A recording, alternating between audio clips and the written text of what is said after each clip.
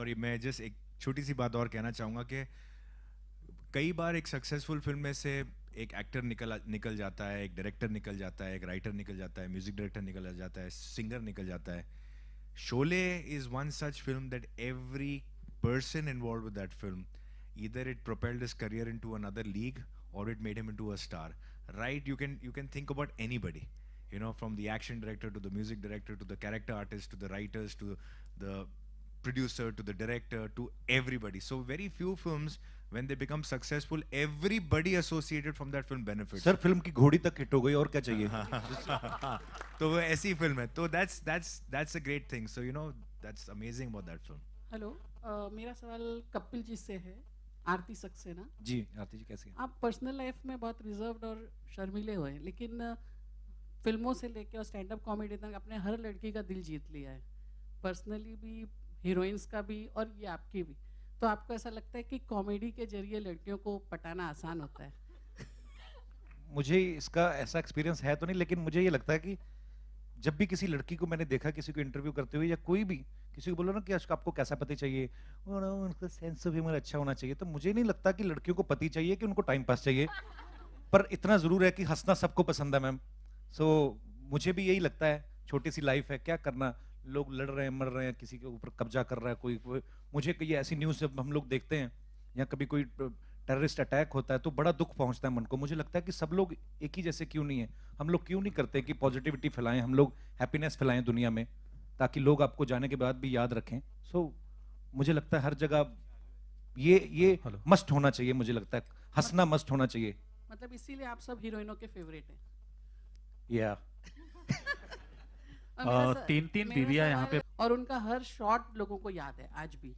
तो आप कितनी जिम्मेदारी महसूस कर रही है, अब आप हैं डैडी की जगह पे? जी हाँ, मुझे बहुत ज़्यादा खुशी हो रही है इस बात की कि मैं इस फिल्म में हूँ. और मैं थैंक यू करना चाहूँगी अब्बास सर, मस्तान सर और हुसैन सर का, कि इन्होंने मुझे अपॉर्चुनिटी दी है. मुझे याद है मेरी सबसे फेवरेट फिल्म है बाजीगर, और ये डायलॉग है मेरे डैड का जो मुझे नहीं लगता कोई भूल सकता है. अनारकली का फ़ोन था, आइसक्रीम खाना ज़रूरी है. ये मेरा मुझे याद है, ये जो कैरेक्टर है बाबूलाल का, इतना आइकॉनिक कैरेक्टर है, इतना फेमस कैरेक्टर है. और मेरे लिए सिर्फ ये एक मतलब इट्स लाइक अ ड्रीम कि आज मैं एक फीमेल बाबूलाल कर रही हूँ इस फिल्म में, जैसे आप देख सकते हैं. और मैं चाहूंगा जेमी एक बार पापा को इमिटेट करके जरूर बताइए. पापा के एक्सप्रेशंस इतने खूबसूरती से कॉपी करती है. जेमी थोड़ा सा प्लीज. बाबा मेरे को माफ करो बाबा, मेरे छोटे छोटे बच्चे, वाह छोटे छोटे बच्चे. मेरा अगला सवाल मंजरी जी से है. मंजरी जी, यहाँ पे आपको ऐसा लगा, कभी ऐसा लगा कि कपिल सर के साथ आपको काम करने का मौका मिलेगा?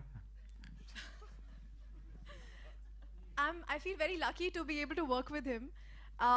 फिल्म करते टाइम बहुत ही मज़ा आया. It was awesome to work with him because उनसे सीखने को भी बहुत मिलता है. Because वो कभी भी डायलॉग्स सेम लाइन में नहीं बोलेंगे. We have to be very alert, as Simran said. We have to be like very reactive. Like acting is all about reacting. So you have to be very very sharp when you're acting with him. So बहुत ही मज़ा आया. And thank you Abbas Mastan sir कि मुझे opportunity दी आप लोगों ने कि मैं इस फिल्म में हूँ. अब्बास सर, मेरा सवाल आपसे है. आपने बहुत एक्टरों को डायरेक्ट किया है. कपिल को डायरेक्ट करते हुए कैसा लगा आपको, और कितना वो परेशान किया आपको? लेट आते थे या फ़ोन आता था, या तीन बीवियों में उलझे रहते थे? कितना परेशान किया उन्होंने? क्या कहना चाहेंगे? नहीं, उन्होंने ज़रा भी परेशान नहीं किया हम लोग को. ये तो रॉन्ग है कि कपिल कभी लेट आए हो, या उनका नाइट शो चलता है तो नाइट के अंदर शो करते हैं वो. उसके बाद डेली मॉर्निंग में करेक्ट टाइम पे शूटिंग में आ जाते थे. उसके बाद एक हाफ एन आवर नैप लेते थे, उसके बाद वो शूटिंग करते थे. एंड मैं ये बोलना चाहूँगा कि हम लोग ने हर एक एक्टरों के साथ काम किया है, तो विद डेडिकेशन. और क्या है, सब एक्टरों को हम लोग एक फ्री कर देते हैं, सब फ्री हो जाते हैं एक्टर, और उन लोग को कंफर्ट देते हैं जो, तो उन लोग कंफर्टेबल रहते हैं हमारे साथ. वैसे हम लोग ने जितनी पिक्चरें की है तो बड़े एक्टरों के साथ, ऐसा नहीं मानता हूँ कि कोई बड़े छोटे सबके साथ हम लोग ने काम किया है. तो ऐसा लगता है कि हम लोग ने कोई ऐसा कि कोई बड़ा और छोटा ऐसा समझा नहीं है, and we are very comfortable with all the actors. ये हमारी चारों लड़कियां, कपिल और मगर ये गलतफहमी है कि कपिल लेट आते थे, ऐसा कुछ भी नहीं है प्लीज़। पर मैं एक चीज जरूर शेयर करना चाहता हूँ, thank you so much Abbas भाई, ये सच्ची बात है, ये इतना कंफर्टेबल कर देते हैं एक्टर को कि कभी कभी ऐसा होता है कि बोलते बोलते कोई एक लाइन मुंह से निकल जाती है, मैं बोलता हूँ कि अब्बास भाई ऐसा बोल दूं, तो ये हमेशा ही ओपन रहे उस चीज को लेकर कि हाँ, पर हाँ विद ड्यू रिस्पेक्ट मैं उनसे हमेशा जरूर सलाह करता था कि भाई ऐसा कुछ आ रहा है। तो दूसरी बात, मैंने जब पहला फिल्म का मुहूर्त शॉट दिया था, उस समय रात हम लोग कॉमेडी नाइट्स का शूट कर रहे थे, 2-2:30 बजे मेरा पैकअप हुआ। तो जब आपके पास कम टाइम होता है सोने के लिए तो टेंशन में वो भी नींद नहीं आती, तो सुबह 6 बजे का 7 बजे का कॉल टाइम था मड में, तो मुझे टेंशन में वो जो 2-3 घंटे थे उसमें भी नींद नहीं आई। मैं पूरी रात नहीं सोया था, कॉमेडी नाइट्स का शूट किया था और एक सेकंड भी आंख नहीं लगी। तो मुहूर्त शॉट जब आप फिल्म में देखेंगे तो जो मैं पहला शॉट है जो शादी का, वो मैंने पूरी रात जाग के दिया था, लेकिन पता नहीं वो एनर्जी कहाँ से आ गई, मेरे ख्याल से ऊपर वाला कुछ ना कुछ तो ध्यान रखता है आपका, सो इसीलिए हम लोग पहले गणेश वंदना करते हैं। सो उस रात मैंने अब्बास भाई को बताया था, हाँ, बिल्कुल पर ये बताया। इतना कंफर्ट कर देते हैं आर्टिस्ट को कि लगता नहीं हम लोग काम पे हैं, क्योंकि मैंने टीवी पे काम किया है। पिछले दिनों एक न्यूज आई थी कि I hate the way TV works, कोई कोई फैन के साथ चैटिंग कर रहे थे हम लोग, टीवी ने मुझे सब कुछ दिया है, बात ये नहीं है कि, लेकिन टीवी में क्या होता है कि जैसे मुझे स्लिप डिस्क हुआ फेब में, जब हम लोग गानों की शूट कर रहे थे, मैं आप सबको बताना चाहता हूँ बिकॉज बहुत सारे र्यूमर्स आते हैं, हम लोग कभी नहीं मिल पाते इतना यूजुअली, लेकिन मैं आपको बताना चाहता हूँ हुआ क्या था। हम लोग गाने की शूटिंग कर रहे थे फेब में, उस दौरान मुझे स्लिप डिस्क हुआ था, फिर मैं 3-4 महीने खींचता रहा अपने आप को, क्योंकि एनी आपको you have to produce episode for the telecast, you know, अगर मैं संडे को एपिसोड मेरा जाना है तो चाहे मैं बीमार हूं चाहे नहीं हूं मुझे करना पड़ता है। तो उस तरीके से मैंने कहा था कि ये तरीका मुझे लगता है कि ऐसा नहीं होना चाहिए, किसी आर्टिस्ट को प्रॉब्लम भी हो सकती है। सो वो आज भी मैं रिकवर कर रहा हूं, लेकिन कई लोग बोलते हैं कि अच्छा कि ये यूएस चला गया शोज करने और शो बंद किया, ऐसा नहीं है। हम लोग फेब से प्रॉब्लम हुआ था, ये फेब से जून तक खींचते रहे, फिर मैंने डॉक्टर से कंसल्ट किया, क्योंकि 1 साल पहले की कमिटमेंट थी यूएस में भी लोगों की कि हम लोग यूएस आ रहे हैं, कनाडा आ रहे हैं। सो वो लोग भी इतना प्यार करते हैं, वहाँ पे भी लोगों का पैसा लगा हुआ है, उन्होंने बड़े बड़े अरीनास बुक किए थे, 15-15 हज़ार का क्राउड था, मंजरी मेरे साथ थी वहाँ पे। सो ये सारी चीज़ें हैं, तो मैं क्लियर करना चाहता था। अच्छा हुआ आज आपने ये सवाल पूछ लिया, तो बातों बातों में ये बात भी निकल गई। सो इस तरीके से मैंने ये बात बोली थी, बट टीवी ने मुझे बहुत कुछ दिया है और आगे भी करता रहूंगा क्योंकि मुझे मज़ा आता है। लेकिन फिल्म में मुझे कभी लगा ही नहीं मैं काम कर रहा हूँ, क्योंकि इतना कंफर्ट होता है, एक शॉट दिया फिर उसके बाद लाइटिंग हो रही, फिर आधा घंटा बैठो। अपने अपनी फिल्म को जाने अनजाने किसी ना किसी तरह से आप प्रमोट करते आ रहे हैं हर एक पॉइंट पर, तो आगे की प्रमोशन स्ट्रैटेजी क्या क्या होने वाली है इस फिल्म को लेकर? सर मैं वही सोच रहा था कि हम लोग बाकी फिल्में तो प्रमोट करते हैं, मैं अपनी फिल्म कहाँ प्रमोट करूंगा, तो सबसे पहले तो अपने शो पे भी हम लोग करते रहते हैं, सो लोगों को पता तो है हमारी फिल्म का, बिकॉज कोई भी जब फिल्म स्टार्स आते हैं तो सबके जहन में ये बात है, सबको पता है कि हम लोग फिल्म बना रहे हैं, और अब तो काफी बज़ भी हो चुका, लोगों को पता भी है। सो मुझे नहीं लगता कि कुछ खास स्ट्रेटजी, लेकिन हाँ ये है कि हमारी पीआर टीम जो है इन्होंने एक बहुत अच्छा खासा बड़ा प्लान बनाया हुआ है। सो जैसे जैसे ये बोलेंगे, और हम लोग ग्राउंड इवेंट्स भी करेंगे, विजिट भी करेंगे अलग अलग शहरों में, फिर जब म्यूजिक लॉन्च करेंगे अलग अलग इवेंट्स करेंगे। सो काफी बड़ी प्लानिंग है। ऑफ कोर्स अब्बास मस्तान की फिल्म में प्लानिंग तो छोटी हो नहीं सकती। और यहाँ पे आप तीनों से जितने लोग बैठे हैं उनसे आज़ादी के मायने आपके लिए क्या है और एक independence day wish for the viewers. Arbaaz sir आपसे स्टार्ट करते हैं।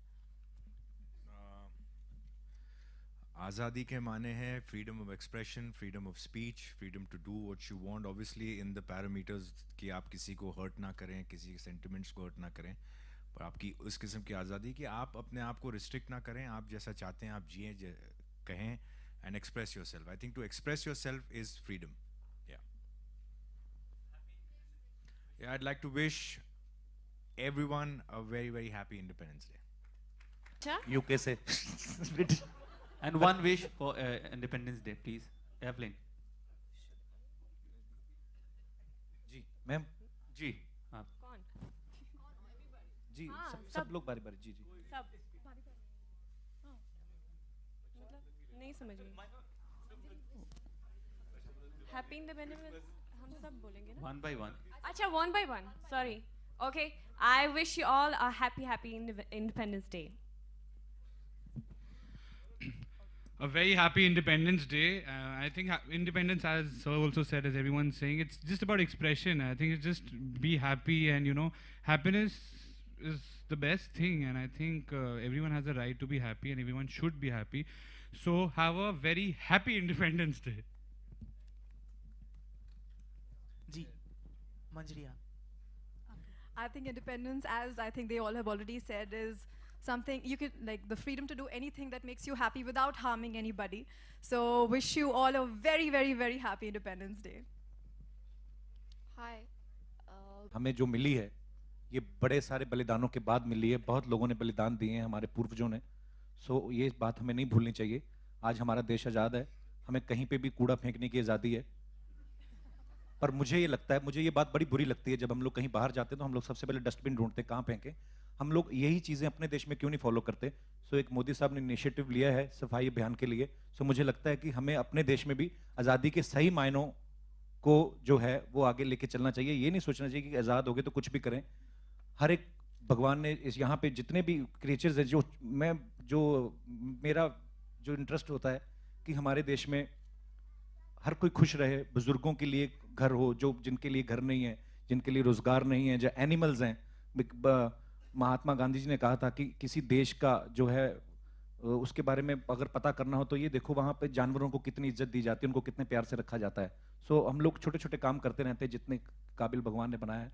सो आज़ादी मिली है उसकी बड़ी खुशी है, लेकिन हम सब जो है उसको सही मानों में लेकर चलें और अपने देश में साफ सफाई जरूर रखें कम से कम। यार एक छोटी छोटी चीज़ें, बाकी इतने बड़े हम हैं नहीं किसी को मैसेज दे सके। आप सबको बहुत बहुत मुबारक आज़ादी।